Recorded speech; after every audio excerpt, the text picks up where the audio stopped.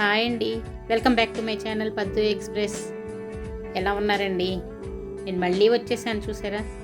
ఇంకో మంచి వీడియోతో మీ ముందుకు వచ్చాను. అందరు నా వీడియోలు తప్పకుండా చూస్తున్నారు కదా, లైక్ చేయటం మర్చిపోవట్లేదుగా. అలాగే తప్పకుండా షేర్ చేయండి. ఈరోజు నేను చూపించబోయే వీడియో ఏంటో చివరి దాకా స్కిప్ చేయకుండా చూడండి. ఇదేంటో చూసారా? బీరకాయ స్టఫింగ్ అండి. ఇది ఎలా అనుకుంటున్నారా? అయితే చూడండి, దీన్ని ఎలా తయారు చేసుకోవాలో, దీనికి కావాల్సిన పదార్థాలు అంటే ఇప్పుడు చూద్దాం. బీరకాయలు ఇలా పీల్ చేసి పెట్టుకున్నాను, అలాగే ఉల్లిపాయలు సన్నగా కట్ చేసి పెట్టుకున్నాను, టమాటా ముక్కలు, ఉప్పు, పసుపు, కొబ్బరి పొడి, అల్లం వెల్లుల్లి పేస్ట్, గరం మసాలా, నూనె. ఇది చూసారా, నా స్పెషల్ కారప్పొడి అండి. ఇది చాలా కూరలకు వాడతానని చెప్పాను కదా, అదే ఇది. ఇప్పుడు దాన్ని ఎలా ఉపయోగించాలో చూద్దాం.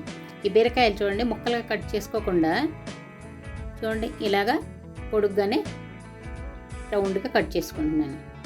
ఇలా ఎందుకంటే లోపల స్టఫ్ చేసుకోవాలి కదా. చూడండి, లోపల కండ అంతా కూడా తీసేసుకుంటున్నాను. చూసారా మొత్తం కండ. అయ్యో ఏంటి కండ అంతా తీసేస్తున్నారు, బీరకాయల్లో కండ తీసేస్తే ఇంకేముంది అందులో తినేది అనుకుంటున్నారా? ఏం పర్వాలేదండి, ఆ కండని పడేయను, మళ్ళీ దీనిలోనే వాడతాను. చూడండి, ఇది చివరి దాకా చూస్తే మీకే అర్థమవుతుంది. ఈ కండను తీసి ఊరికే పక్కన పెట్టుకుంటున్నాను. తర్వాత మళ్ళీ దీనిలో స్టఫ్ చేయడానికి దీన్నే వాడతాను అనమాట.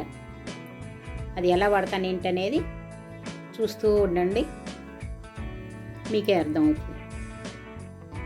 చూడండి, అన్నీ కూడా ఇలా లోపల తీసేసి పెట్టుకున్నాను అనమాట.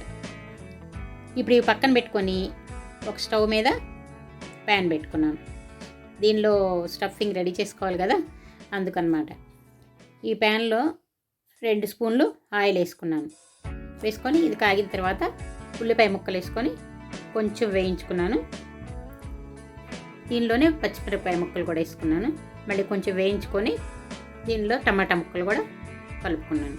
ఈ టమాటా ముక్కలు వేసుకున్న తర్వాత ఉప్పు, పసుపు కూడా వేసుకొని కొంచెం టమాటా ముక్కలు మెత్తబడే వరకు వేయించుకున్నాను. చూడండి, తర్వాత ఈ కండ చూసారా, ఇది పడేసానేమో అనుకుంటున్నారా? లేదండి, ఈ కండని చూడండి ఇందులో వేస్తున్నాను. ఇప్పుడు స్టఫింగ్కి అది కూడా వాడుకుంటాం అనమాట. అంటే అందులో ఏమీ వేస్ట్గా పోనివ్వకుండా అంతా వాడుకుంటున్నాం అనమాట. దీన్ని మెత్తగా అయ్యే వరకు దానిలో కుక్ చేసుకోవాలి. ఇప్పుడు అల్లం వెల్లుల్లి పేస్ట్ కూడా వేసుకొని కొంచెం పచ్చివాసన పోయే వరకు వేయించుకోవాలి. దీని తర్వాత చూడండి, నా కారపొడి ఇదే.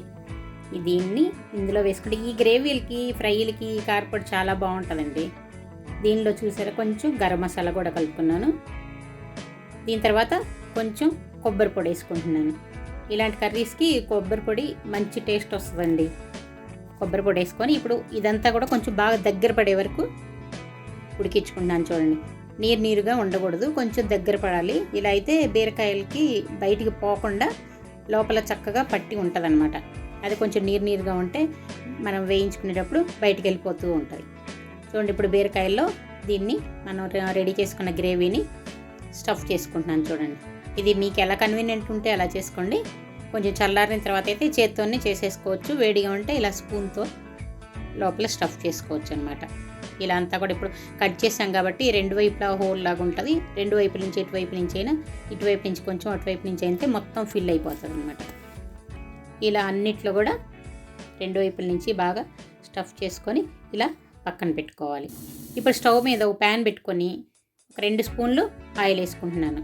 దీనికి ఆయిల్ ఎక్కువ పట్టదండి, బీరకాయలు ఆయిల్ ఏం పీల్చదు.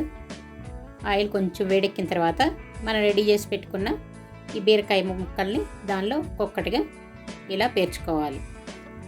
బీరకాయ అంటే ఇష్టపడేవాళ్ళు ఈ కర్రీని ఇంకా చాలా ఇష్టపడతారండి. చాలా చాలా బాగుంటుంది. మీరే ఒకసారి ట్రై చేయండి, మీకే అర్థమవుతుంది. చూడండి, ఇది మూత పెట్టి ఒకవైపు మగ్గిన తర్వాత మళ్ళీ మూత తీసి రెండో వైపు కూడా నిదానంగా ఆ స్టఫ్ బయటికి పోకుండా కొంచెం నిదానంగా తిప్పుకోవాలి. అలవాటు ఉంటే చేతితో అయినా తిప్పొచ్చండి, అది పర్వాలేదు. కొంచెం నిదానంగా ఇలా తిప్పుకుంటే స్టఫ్ లోపల పోకుండా 2 వైపులు కూడా చక్కగా కాలిపోతుంది. చూడండి, ఇప్పుడు ఇలా రెండో వైపు కూడా మూత పెట్టి ఉడికించుకున్న తర్వాత చూడండి 2 వైపులా కూడా చక్కగా కాలిపోయింది. చూడండి ఎంత బాగా రెడీ అయిపోయిందో. దీనిలో గుజ్జు తీసి అన్నంలో కలుపుకొని ఈ ముక్క కొరుక్కొని తింటుంటే అబ్బా చాలా టేస్ట్గా ఉంటుందండి.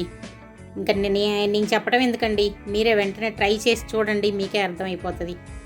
తప్పకుండా అందరూ ఇష్టపడతారు. ఇది ఎలా ఉందో నాకు కామెంట్ సెక్షన్లో కామెంట్స్ పెట్టండి. అలాగే తప్పకుండా లైక్ చేయండి, అందరికీ షేర్ చేయండి. ఇంకా సబ్స్క్రైబ్ చేసుకొని వాళ్ళు ఉంటే తప్పకుండా సబ్స్క్రైబ్ చేసుకోండి. ఇలాంటి వీడియోలు ఇంకా మీరు చూడగలుగుతారు. అలాగే నేను మళ్ళీ మరో వీడియోతో మీ ముందుకు వచ్చే వరకు సెలవు తీసుకుంటున్నానండి. Take care. Bye bye.